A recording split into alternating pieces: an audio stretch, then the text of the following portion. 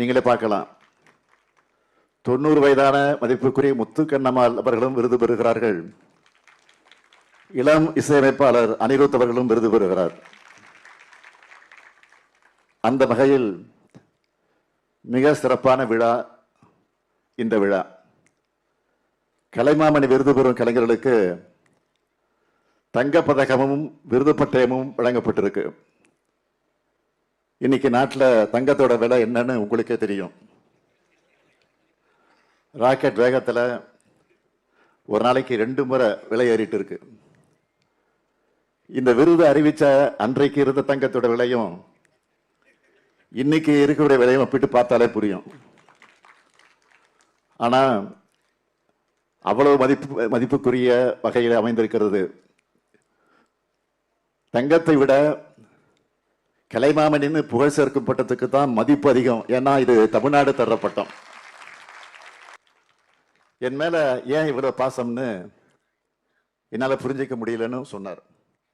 இசைஞானி மேல இருப்பது நமக்கு இருப்பது என்ன என்று கேட்டால் கலை பாசம், தமிழ் பாசம், தமிழர் என்கிற பாசம். அதனால்தான் அந்த விழாவை எடுத்தோம்.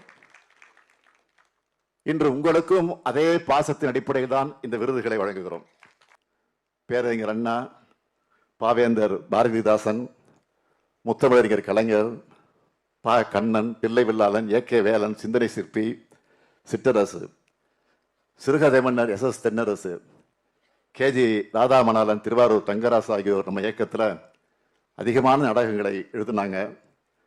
கலைவாணர் என்.எஸ்.கே., நடிகவேல் எம்.ஆர். ராதா, நடிப்பிசை புலவர் கே.ஆர். ராமசாமி, புரட்சி நடிகர் எம்.ஜி.ஆர்., நடிகர் திலகம் சிவாஜி, லட்சிய நடிகர் எஸ்.எஸ்.ஆர்., டி.வி. நாராயணசாமி, கே.ஆர். சீதாராமன், டி.என். கிருஷ்ணன், சந்திரகாந்தா, ஜி. சகுந்தலா, மனோகரமா உள்ளிட்ட இயக்க கருத்துக்களை நாடகங்கள் மூலமாக தங்களுடைய நடிப்பு மூலமாக மக்கள்கிட்ட கொண்டு சென்றாங்க.